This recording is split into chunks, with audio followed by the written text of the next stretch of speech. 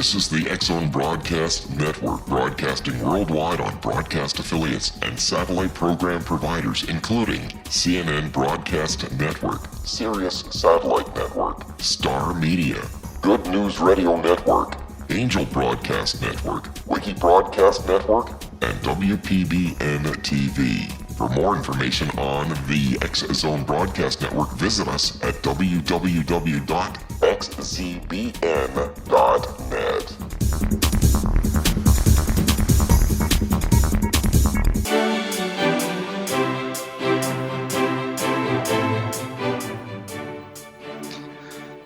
A vast universe exists within and beyond our reality. What we realize with our five senses is but a tiny fraction of all that is real. Welcome to the World Beyond Radio Show. I'm your host, Joe Weigant, and I'll be your guide and advocate as we remove the blinders of our everyday lives and experience together all that exists out there in the world beyond our world. Thank you for tuning in today, folks. We have a special pair of guests today. We have Naya Swami's Jyotish and Devi, and they are dynamic emissaries of Paramahansa Yogananda, who was a spiritual leader whose best-selling book, The Autobiography of a Yogi, sparked a revolution of yoga and meditation in the West. Living examples of spiritual values in action, Jyotish and Devi travel the world, sharing Yogananda's teaching and blessing people with the practice and heart-opening path of Kriya Yoga. Naya Swami's Jyotish and Devi are spiritual directors of Ananda, a global movement of spiritual communities, centers, and meditation groups, people living the change they want to see in the world. Guided by the teachings of Paramahansa Yogananda, Ananda will celebrate its 50th anniversary in 2019.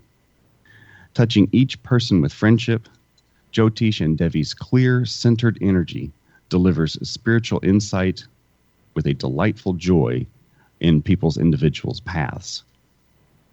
They offer a rare example of successful spiritual partnership, living yogic values through their marriage, parenting, and organizational leadership. Each year, Naya Swami's Jyotish and Devi spend 4 months teaching in Europe and throughout India, touching thousands of people. With his best-selling book, How to Meditate, a step-by-step guide to the art and science of meditation, Jyotish Novak has touched over 250,000 people with meditation. With her book, Faith is My Armor, The Life of Swami Kriyananda, Devi Novak illuminated the life of one of Yogananda's most prolific disciples. Together, Naya Swami's Jyotish and Devi wrote Touch of Light after their popular blog illuminating Yogananda's teachings for daily spiritual life. For nearly 50 years, Jyotish and Devi have trained and worked side by side with Swami Kriyananda, building Ananda. Jyotish and Devi took Naya Swami's vows when Swami Kriyananda founded the new Swami order for married as well as single people of all faiths and paths who wish to commit their lives to God. Some years before his passing in 2013, Kriyananda named Namaswami Jyotish as Dharmacharya, his spiritual successor. Welcome to the show, the both of you. Thank you, Joe. It's a pleasure to be with you. Good morning. So what was it that prompted you to follow this particular path? Well, I'll start. I had graduated from college and wanting to have a meaningful life, but I didn't find it in college. I didn't know what direction it was. I was looking for, I studied psychology. I was looking for the expanse of human consciousness. Right after college in Minnesota, I came out to San Francisco in 1966, and it was then that I read that great book, Autobiography of a Yogi. And it answered all kinds of questions for me. It really changed my life, I have to say that. And right after that, I met Swami Kriyananda, who had been a direct disciple of Paramahansa Yogananda, lived with him for the last 3.5 years of his life, and was a very close disciple during that period of time. And so I began studying with Swami Kriyananda, and then he started, and I became his assistant in starting one of the first spiritual cooperative communities, Ananda. And I'll jump in here as well, Joe. It's an interesting question, and I've answered it more times than I want to count. But the more I answer it, the less I'm certain of my answer. I think every one of us has a destiny, honestly, and we can make up reasons why this happened or that happened. But I think there's just a story that each of our lives have, and it unfolds for us. And, I had a pretty typical life, schooling, family, college, but there was always a missing component. And when it was as though the camera wasn't in focus. And then when I read autobiography and met Swami Kriyananda, came to the Ananda, just beginning Ananda community in 1969, the camera lens came into focus. And I just thought, okay, this is the story now that I'm living. That's my life is supposed to be. And we're going to cut to a break right now, and we'll be right back in just a few minutes where we're going to continue with Jyotish and Devi. You're listening to the World Beyond Radio Show, and I'm your host, Joe Weigant. Stay tuned.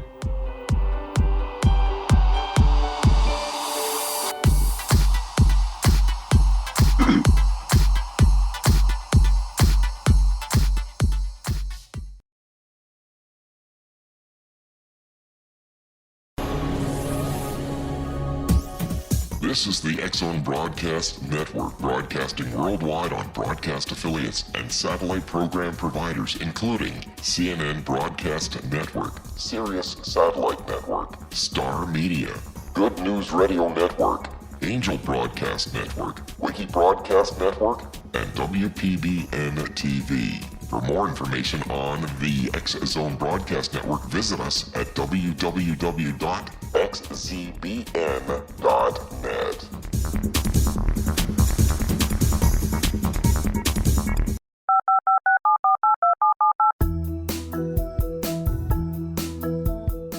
Did you know that when you're on the road with limited data or Wi-Fi, you can still listen to the X-Zone Radio Show with Rob McConnell, The Science of Magic with Gwilda Wiyaka, X-1, Dimension X, Space Patrol, and every minute of the X-Zone Broadcast Network by calling 213-401-0080, courtesy of Audio Now. No smartphone, app, or internet needed. It saves your data plan, and it's free if you have unlimited minutes. Call 213-401-0080 to listen on any phone, anytime, anywhere.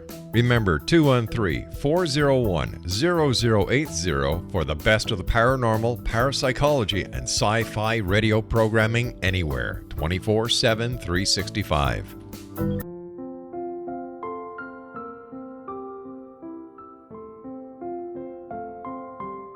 I am Dr. Carl O'Helvey, founder, president of a new cancer foundation focusing on evidence-based physical, mental, and spiritual interventions, including natural cancer cures, prayer, meditation, affirmations, nutrition, and other related holistic cancer prevention and cure modalities. These are used in cancer education, research, and financing care. I ask for your help to continue this important work by donating at www.holisticcancerfoundation.com.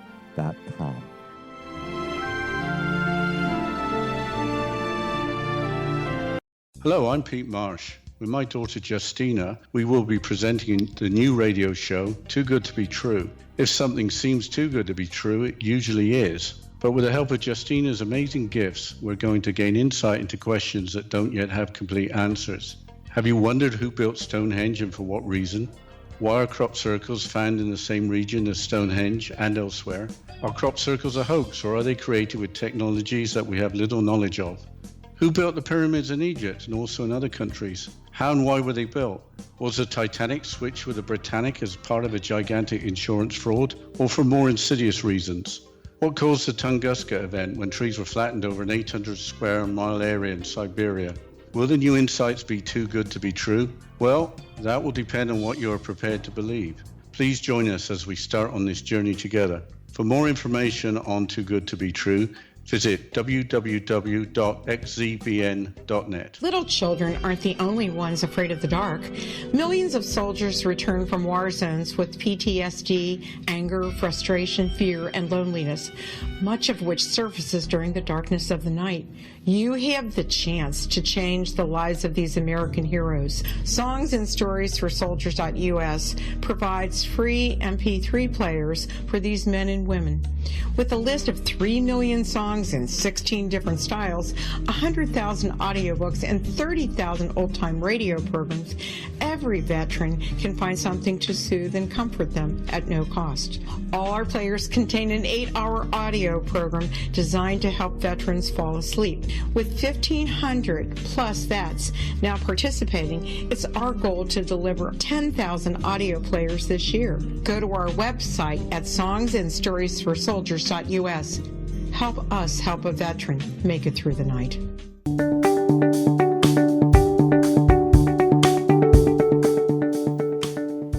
Welcome back to the World Beyond Radio Show. I'm your host, Joe Weigant, and this hour we are speaking with Jyotish and Devi from the Ananda organization. So our first question is, what is Ananda?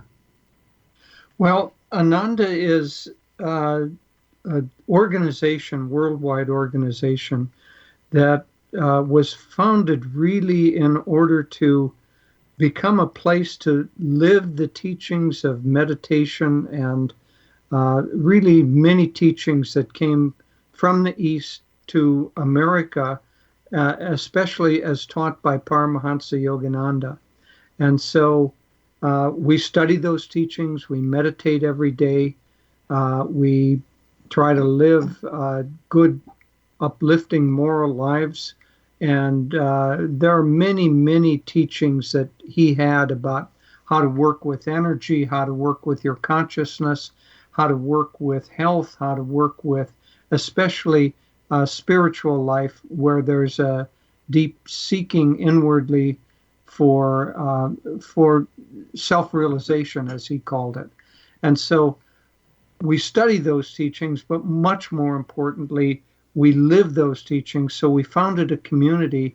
It now has over 700 acres, about 250 residents. This is the first of 9 because we founded subsequent ones around the world. But the initial community is in Northern California, right across from the Tahoe, Lake Tahoe National Forest. And it's been a 50-year experiment in what happens to your life if you live according to your principles. Yeah, I think what makes Ananda unusual, or from other spiritual groups, I would say, is that whereas we have the teachings of meditation and yoga, but we're trying to show, to demonstrate, to give people the opportunity to live. What does it look like in your daily life? What does it look like to raise your children and still have a meditative life? What does it look like to have health crises and still have a meditative practice in your life? What does it look like to run a business, to run a school, so forth? So it's really applied spirituality. And it's, as Jyotish said, we now have communities all over the world. We have wonderful international community outside of Assisi, Italy, where people, I believe the last count was from 10 different countries, are living there full time. And it's so beautiful, particularly in the light of the divisiveness that exists in our world today, that there are community members there from in Europe who, a generation ago were enemies in World War II. And now there's Italians and Germans and French and Russians and British people all living in a united community. So part of Ananda's work is to really show the potential of a united world. Give me an example of some of the teachings that you're talking about in at least one or two different areas of life, and how does one adopt those into their life in a way that they can live them and make a change? Okay. First of all, we begin every day with meditation, and we highly, highly recommend that to everyone. Now, the last figure, when we started, not very many people meditated. The last figure I saw was that over 28 million Americans have a regular meditative practice. So it's no longer any kind of a mysterious element as it was when we started 50 years ago. But we start the day with meditation. We can come back to deeper aspects of that, but I want to come on to the living example. So that gets a person calm and centered. And then as you exit meditation, if you can carry that sense of calmness and centeredness within you as you go throughout your day, one of the things that calmness does is it allows you to choose what your reaction is going to be. Now, that may sound rather simple, but it's a total game changer for how you live your life, because all of us come up. I mean, you no sooner leave your home, maybe it's in your home. If you turn on radio or TV and listen to news, you're already in a reactive state, generally a negative reactive state, and you're constantly exchanging that interaction with the world around you, and your thoughts actually have a great deal of power. And so if you can be calm at the beginning, control your reactions, stay calm and friendly, and open to people, open your heart to people that you connect with, then that changes your interaction, and that changes throughout the day. Now, as I say, it may sound kind of simple, but we have seen a community with hundreds of people living these principles. There's never been a fight. People, and we're talking about strong-minded people here, never been a fight. There are, of course, differences of opinion. No violence, no drugs, no use of mind-changing chemicals, none of that. For 50 years in a society that is in the midst of our typical American society. I think another aspect of it, Joe, is the ability to relate sensitively and openly with everybody, no matter if they think the same way you do or worship the same way you do. I think one of the best testimonials of this is many families live here, and Jyotish and I have a grown son and grandchildren our son was born and grew up here. And when he went to school up until high school, and then he went to a public high school in the area. And people say, well, how do your kids do when they go out into the real world? And it's amazing. Invariably, the feedback we get is the kids from Ananda have the ability to relate to everybody, young, old, popular, not popular, whatever it might be, that they just have an ability to relate to other people from their own center. And I think that's one of the great benefits of meditation, to accept people for who they are, to project kindness and love to all, and to be able to be a source of strength to people who come into your life. As far as Yogananda's teachings, though, are they enumerated like the Lao Tzu, where he basically one precept after another after another? How are the teachings disseminated? Yeah, good question. We have, first of all, for anybody who has not read Autobiography of a Yogi, that is one of the great great spiritual classics of modern literature. In fact, Steve Jobs, that was the only book that he had on his iPad. He read it every year, and at his funeral, he had copies given away to everyone who attended. And so that book gives a lot of the basic principles. Then the techniques and teachings, they're available through Ananda. You can, the listeners can go to ananda.org, ANAND.org. ANANDA. ANANDA.org. And we have there available lots and lots of free teachings. We have online courses, or they can get my book, How to Meditate. And so that gives very clear instruction in meditation. Then Devi and I write a weekly blog in which we take a single subject. It might be how to control your reactions. It might be how to focus your mind. It might be how to open your heart. We have a weekly blog that take these teachings and give not only examples and inspiration, but often a little hint on how to work with your own practice. We also have meditation groups and centers throughout America and India and Europe as well, and Russia, and it's worldwide. And if you want to find out about a group in your area, on our website, ananda.org, there's a link you can go to, Find Ananda Near You. And there you can get personal instruction and meet with people that are practicing these. But we did an estimate that we've probably taught over 400,000 people how to meditate in the nearly 50 years that Ananda's been going. So it's reached a lot of people. We've reached a lot of people, not just Jyotish and I personally, but we have wonderful teachers all over the world.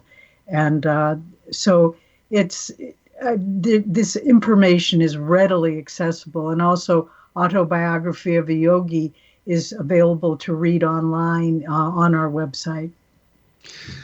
I know a number of yoga instructors, and so many people who practice yoga read the Autobiography of a Yogi. But there are so many different styles and types of yoga, the Ashtanga and Raja Yoga and Kriya Yoga. What is the difference between Kriya Yoga, which you're promoting, and, say, Ashtanga or Hatha Yoga? Okay, Hatha Yoga is the practice of the physical body using certain postures. Now, in America, to a certain extent, it has become more physically based, but originally that Hatha Yoga science was meant in order to help you move energy in the body, and especially to bring it to the higher centers in the forepart of the brain, but to move your energy and get your body so that the consciousness can become uplifted. Ashtanga Yoga is part of what we also teach, and it's how to it gives you a roadmap in how to interiorize and uplift your mind. And Kriya Yoga is a specific technique of meditation, the most advanced technique that Yogananda taught, which uses the breath and the mind in order to control and move the energy in the deep spine, which brings uplifted states of consciousness. But basically, yoga really is a science. And there are different, just as science has many, many different branches, yoga has different expressions and branches, but they're all basically dealing with raising consciousness in one way or another, through using the breath, through moving the body, through doing different mantras, through different meditation techniques. And so Kriya Yoga, as we've said, is a particular technique of meditation that Yogananda brought to the West. He came in 1920 and spent the next 32 years here. And that's the highest technique he brought. But Kriya Yoga is a very, very effective technique of meditation that helps you very quickly to feel an upliftment of consciousness. Well, we're going to cut away to a break here for just a moment, and then when we come back, I want to talk about Yogananda and Kriyananda and their particular messages that they had to bring to the world. Folks, you're listening to the World Beyond Radio Show. Our guest today is Jyotish and Devi from the Ananda organization. Stay tuned. We'll be right back in just a moment.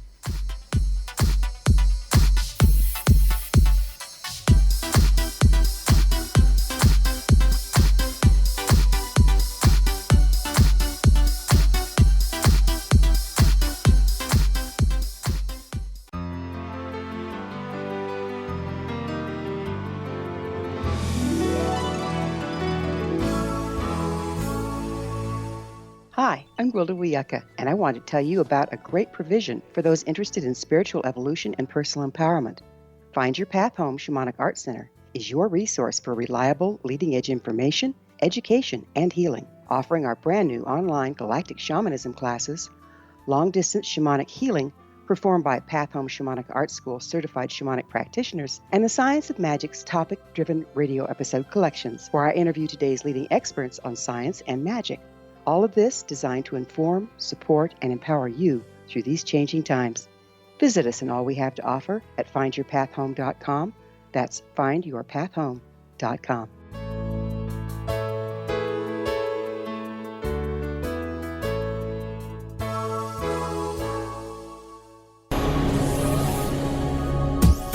This is the X-Zone Broadcast Network, broadcasting worldwide on broadcast affiliates and satellite program providers, including CNN Broadcast Network, Sirius Satellite Network, Star Media, Good News Radio Network, Angel Broadcast Network, Wiki Broadcast Network, and WPBN TV. For more information on the X-Zone Broadcast Network, visit us at www.xzbn.net.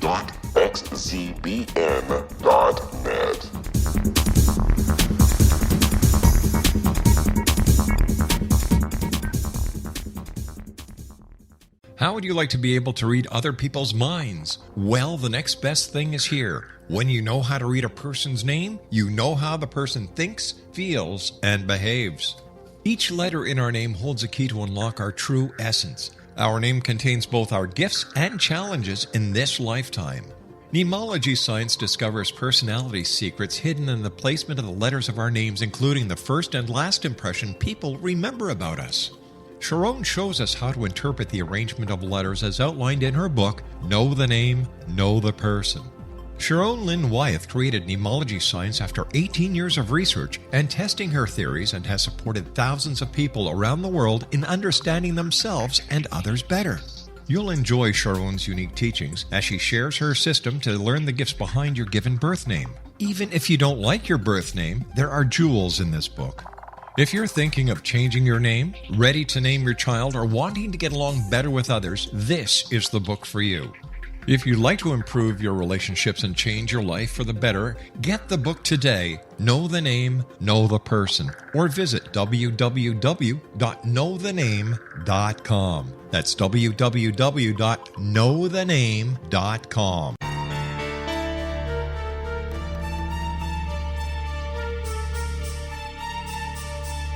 Hello, I'm Justina Marsh, and with my dad Pete, we are going to present a new show called Too Good to Be True. Together, we are aiming to discover more truths about this world and beyond. Do you have unanswered questions about the world?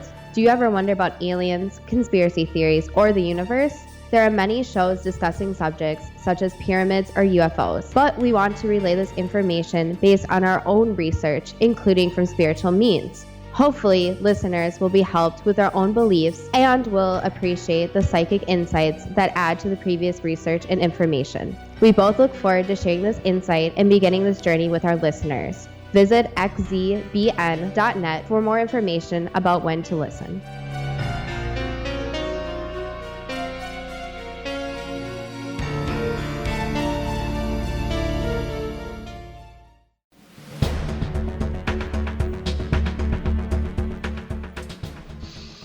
Welcome back to the World Beyond Radio Show.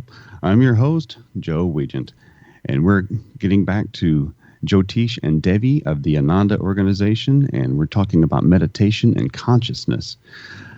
I read somewhere, and I may be wrong about this, but I thought I read somewhere that Yogananda originally came to America in order to have a discussion with Houdini. Is that correct? Well, no, he was I think he did have a discussion with Houdini, but that wasn't his purpose for coming here. He was invited in 1920 by a Congress of religious liberals to come and give a presentation on yoga. And so he took the first boat to America from India after World War I. And he arrived in Boston in 1920. And within 3 or 4 years, he began lecturing. And by the mid-1920s, he was the most popular lecturer in the whole country, filling the largest halls. Carnegie Hall, he would not only fill that hall, but have people for blocks waiting to try to get in. And we're not talking about a single lecture. We're talking about lectures and classes that he would give in various cities for maybe a month at a time. So he became very well known, very, very popular. And he was putting out a kind of message to America that we can work with energy, we can work with consciousness, we can work with certain attitudes that can change our lives. And it was extremely well accepted. So during that time, he met many, many famous people, and I'm sure Houdini would have been one of them. He met presidents, he met opera singers, he met, anyway, a huge list of very popular figures in the country. But his main thing was to awaken in America the understanding of many things, but one that Eastern teachings and Western teachings are fundamentally the same. He said he came to unite East and West. He came to unite because he came from a Hindu background. The original teachings of Krishna and the original teachings of Christ, to show the similarity of those.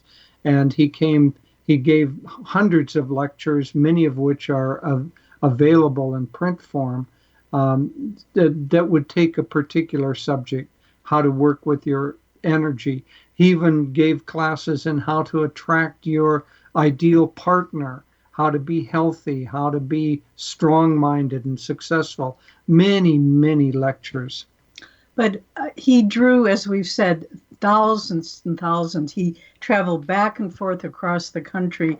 He called them his spiritual campaigns. He was really a very dynamic figure, a spiritual warrior, one might say, and a man of tremendous courage. In the 1920s, when there were and during the Depression in the 1930s, when the country was in such a bad financial situation, he spoke up very strongly against the rich people who are taking advantage of the poor people. And in fact, once there was even a gunman sent to shoot him, and just using the power of his love, he changed that man. The man came up behind him in Central Park with a gun, and Yogananda just turned around and said, "Why do you live the way you live? You aren't happy." And the man said, "What are you doing to me? I can't live this way." And he dropped the gun and ran away. But he was a spiritual teacher, but a man of courage and dynamism, and made a tremendous impression on everyone he met. And one of the people he met was the man who became our lifelong teacher, Swami Kriyananda. He was a Westerner, but born in Europe. His parents were stationed there as part of their work. And Kriyananda became his disciple in 1948 and spent the last 3.5 years with him of his life before Yogananda passed in 1952. And Kriyananda was tremendously formative in our life. We both met him when we were in our early 20s. And he also was a man of tremendous energy, tremendous creativity.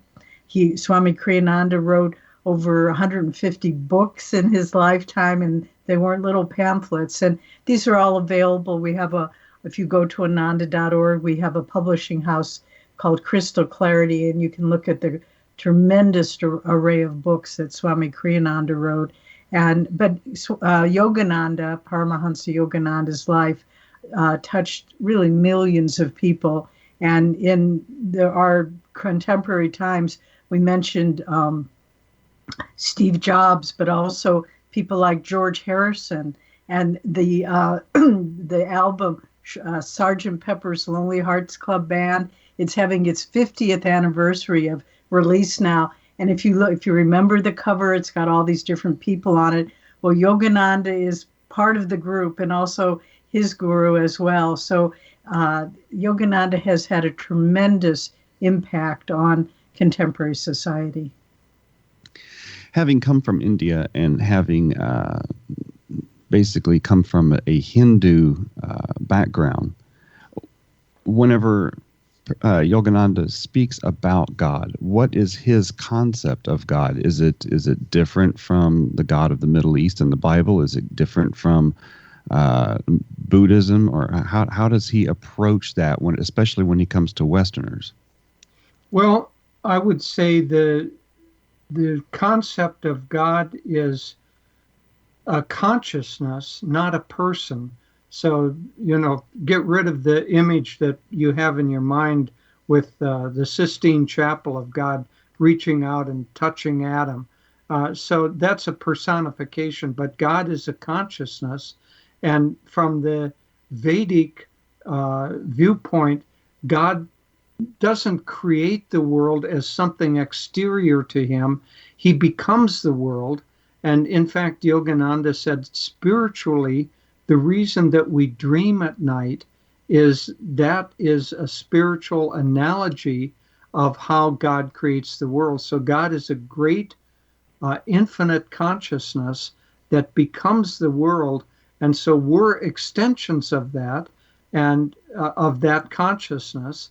And meditation is meant to calm the mind, focus the mind, uplift and expand the mind sufficiently so that we have the actual experience in Eastern thought. The word is called samadhi, the state of consciousness where we realize our unity with everything that is. Also, a definition that Yogananda brought from the East of God, the Sanskrit word is Satchidananda, but what it means is ever existent. So God is always, that consciousness of God is always there, ever existent, ever conscious, ever aware, and ever new joy. So always existing, always aware, and that awareness is defined by a state of joy, inner joy. And so that isn't something outside of ourselves. It's what we are. And so the practice of meditation, the concept of God that Yogananda brought, was to awaken within us our own innate divinity. And he said the God underlying all religions, we can call it different names, but it's that same existing, aware consciousness of joy that every human being is striving to find. When Yogananda came to America, the Theosophical Society had basically come into its own and had invited Krishnamurti to America, and at one time thought that Krishnamurti was God.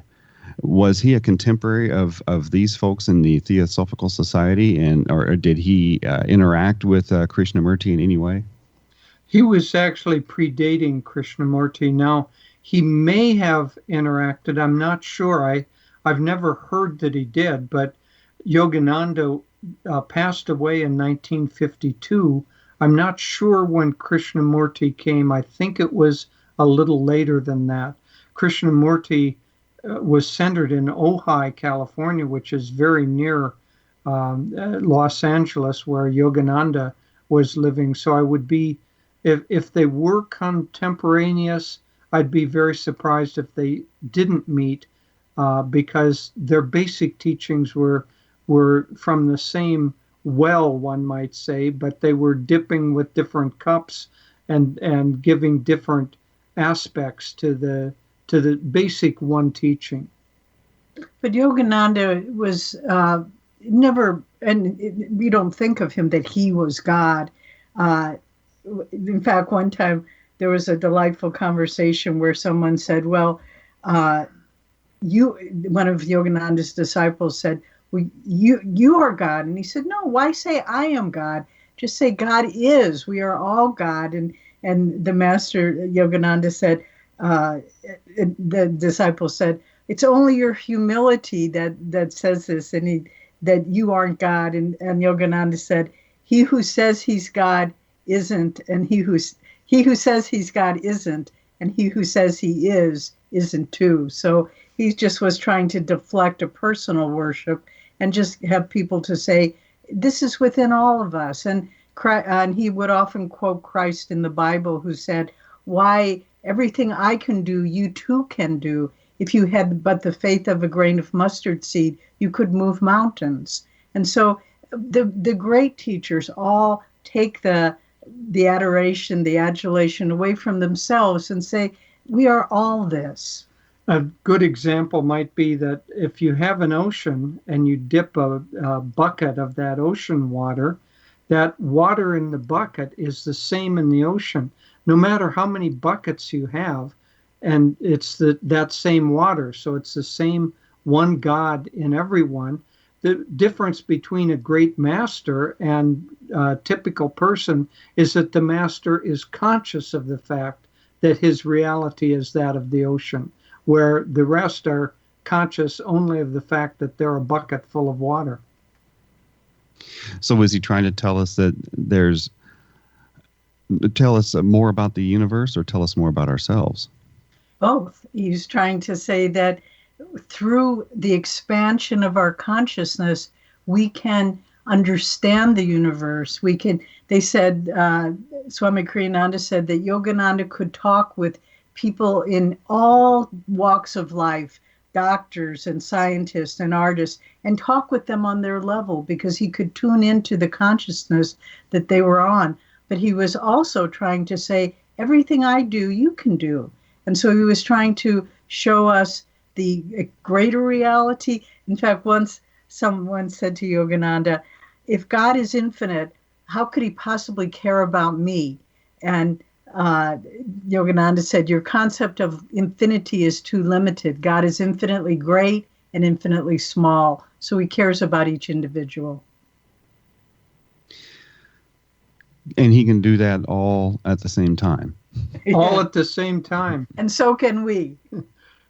All righty. Well, we're going to cut to another break here in just a moment. When we come back, I want to get into meditation and how we can begin that practice and what it can do for us once we get into a daily repetitive routine.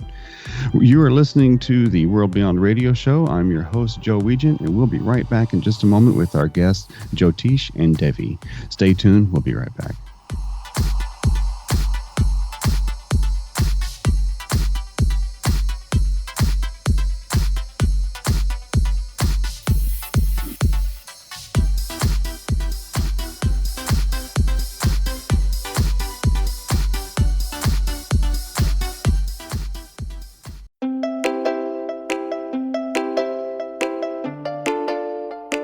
Are you curious? Do you want to learn more about how the world works and have fun at the same time?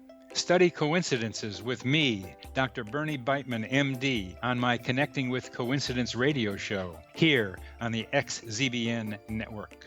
Listen to Jungians theorize, statisticians randomize, true believers evangelize, while I categorize. I dance to the rhythm of coincidences. People who experience me see more of them.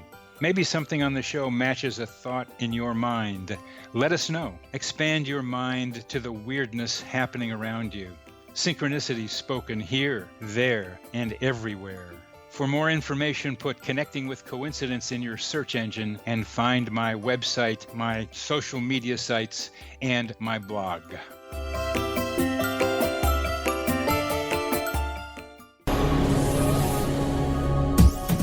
This is the X-Zone Broadcast Network, broadcasting worldwide on broadcast affiliates and satellite program providers, including CNN Broadcast Network, Sirius Satellite Network, Star Media, Good News Radio Network, Angel Broadcast Network, Wiki Broadcast Network, and WPBN TV. For more information on the X-Zone Broadcast Network, visit us at www.xzbn.net.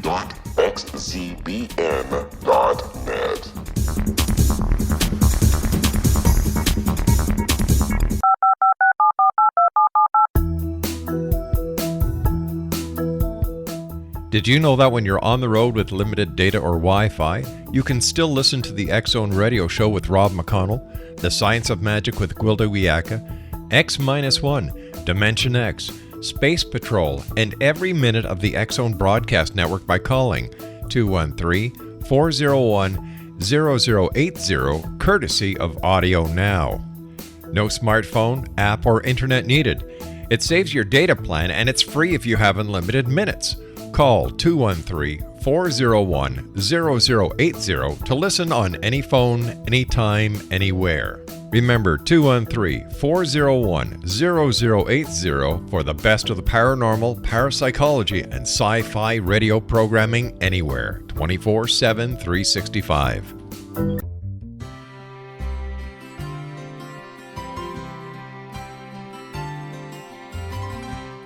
True healing must address 4 levels: physical, emotional, mental, and spiritual, for us to live joyful and productive lives.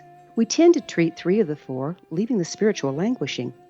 If you're tired of the same dysfunctional patterns cropping up in your life, Soul Balancing is for you. Trixie Phelps, owner and founder of Soul Balancing, is a naturally gifted energy healer trained in numerous esoteric forms, including shamanism. Trixie has created a powerful modality that safely and effectively clears your energetic field. A soul balancing session can remove interference, heal trauma, and restore your hope. Contact Trixie for a life-changing long-distance session today, www.soulbalancing.world.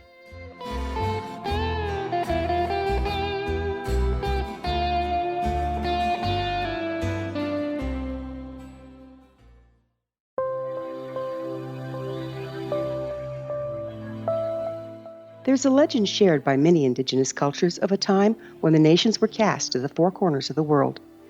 Each nation was given a body of sacred knowledge that held a different portion of the truth to preserve. True reality could not be known until all the nations reunited, combining the information. If a single one was missing, the world could not be reborn and darkness would prevail. The Science of Magic Radio is dedicated to reuniting the sacred knowledge.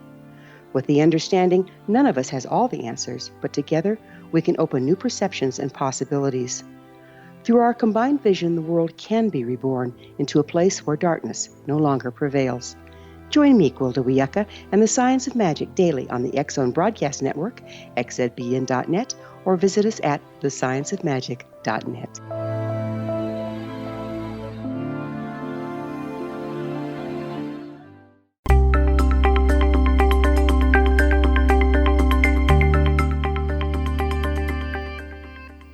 Welcome back to the final segment of the World Beyond Radio show for this hour.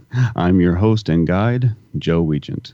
And as always, our show is produced and distributed by the ever-expanding leader in New Age, paranormal, alternative health, and supernatural programming, the X-Zone Broadcast Network, and REL-MAR McConnell Media Company, at their corporate headquarters and master control in Hamilton, Ontario, Canada.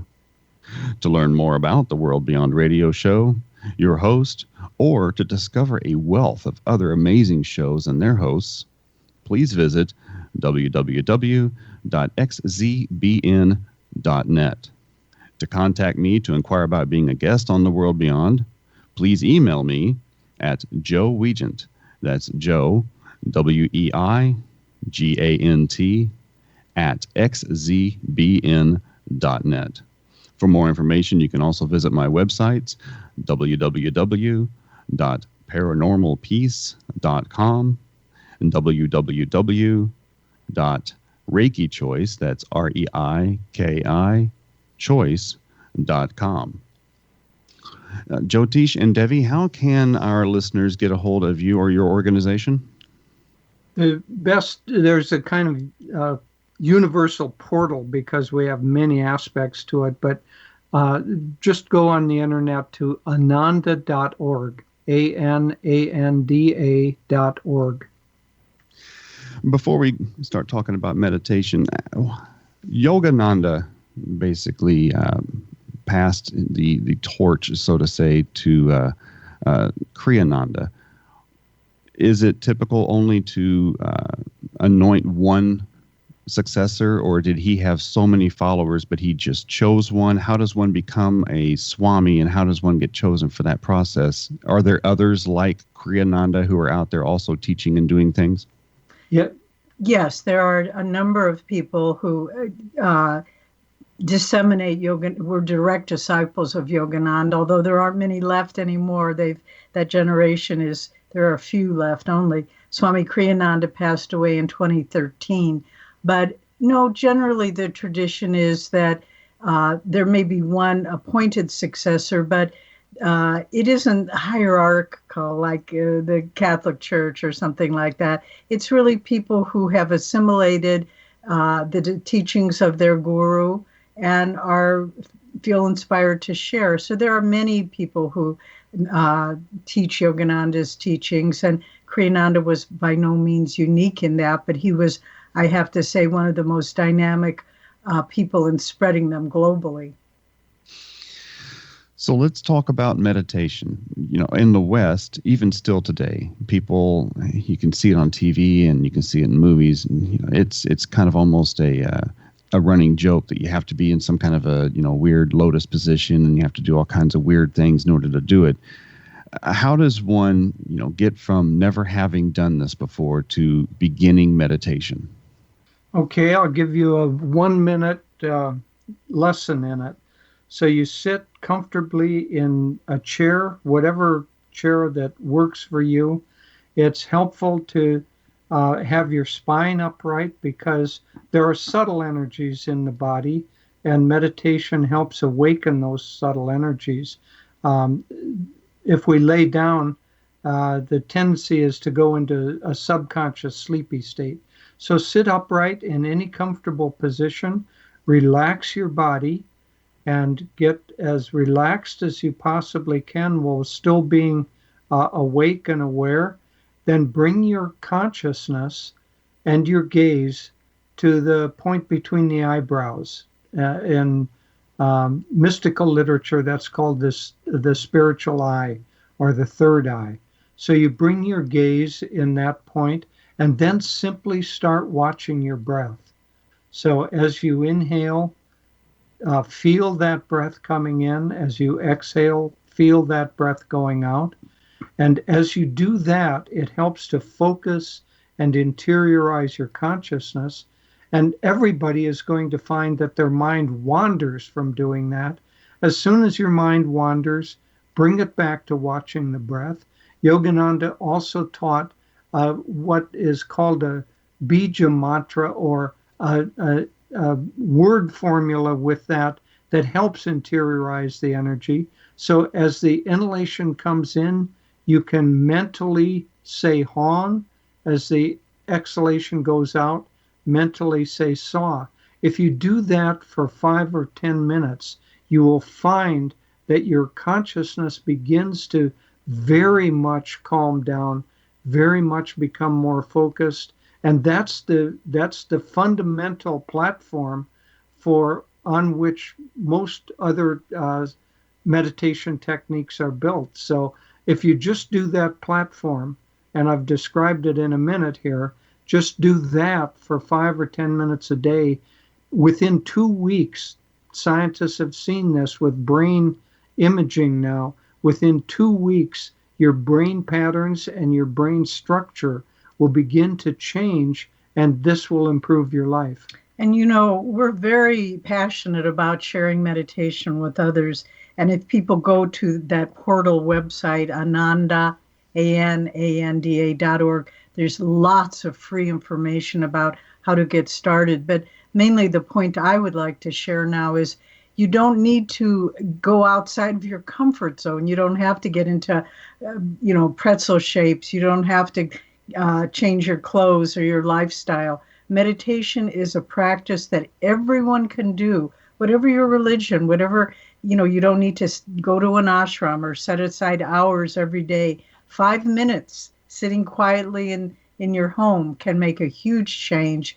And we have a friend who in San Francisco who was the head of the instructors for rookie policemen in San Francisco. He was a follower of Yogananda, and he taught all of his new rookies just basic breathing techniques. He said, if you're in a tense situation, he taught them basic meditation that you can do while you're in a crisis and to deal more calmly with it. So really, meditation is something everybody can practice to enhance their life. It doesn't mean change. It means just being able to deal with life with calmness, clarity, effectiveness, and to find a wellspring of strength to deal with whatever's going on in the world around you. What should one consciously think about during meditation? Well, we're really trying to get beyond thinking, if possible. So this technique that I was mentioning of watching the breath, you shouldn't be trying to think about things. Let go of that, especially let go of projects and plans and worries and all of the things that disturb the mind, and just watch the breath. As you do that, it brings the mind into a state of focus. Then if you want to move on from there, then there are certain interior qualities that all of us have. For instance, we have love. And so focus on the sense of love that already resides within you. But one might say the meta love, don't say, oh, I love this person, I love that person, therefore I love. Rather that I have within me the capacity to love, and feel that love and then expand it, or feel joy and expand it. And when you said, what do you think about? Thinking is a part of is an aspect of one might say, the conscious mind. According to the teachings of yoga, there are 3 aspects to our mind: the subconscious, which is the repository of past experiences and impressions; the conscious mind, which is the thinking, rational mind. But then there's a 3rd level, and Carl Jung even talked about this, the great pioneer in psychology, of the superconscious mind. And this is the aspect, the intuitive aspect of our consciousness. And this is what we're trying to tap into with meditation. So the more you practice it, the more you access that superconscious mind, which is activates the certain part of the brain, the prefrontal lobes. And this superconscious mind really helps us it gives us that ability to deal with life from the highest possible level. If during meditation it's important to not think about something, but when these experiences happen to us and we recognize them, is that not the thought of them?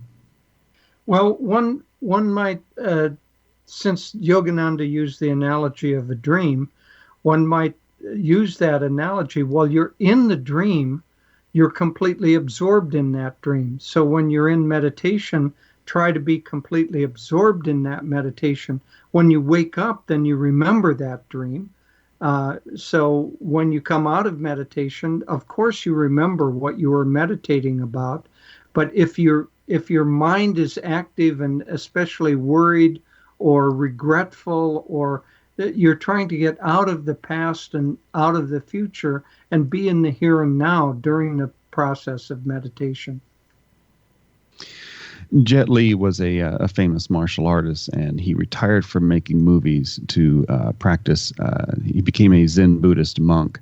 And one of his interviews, he said, I meditate 24 hours a day. Even during this interview, I'm meditating right now. Can that be achieved? Of course it can. What he's talking about is my consciousness is always focused on my higher centers, whether I'm cooking or interviewing or meditating or raising children. It's the practice of meditation enables you to draw the subtle energy up, access the superconscious mind, and then live from that state all the time. There's I have really enjoyed having you guys on the show today. It has been a pleasure. Folks, you have been with us at the World Beyond Radio show, and we've had our guests Jyotish and Devi and talking about consciousness and meditation. We appreciate you tuning in. Have a wonderful day. Thank you for watching.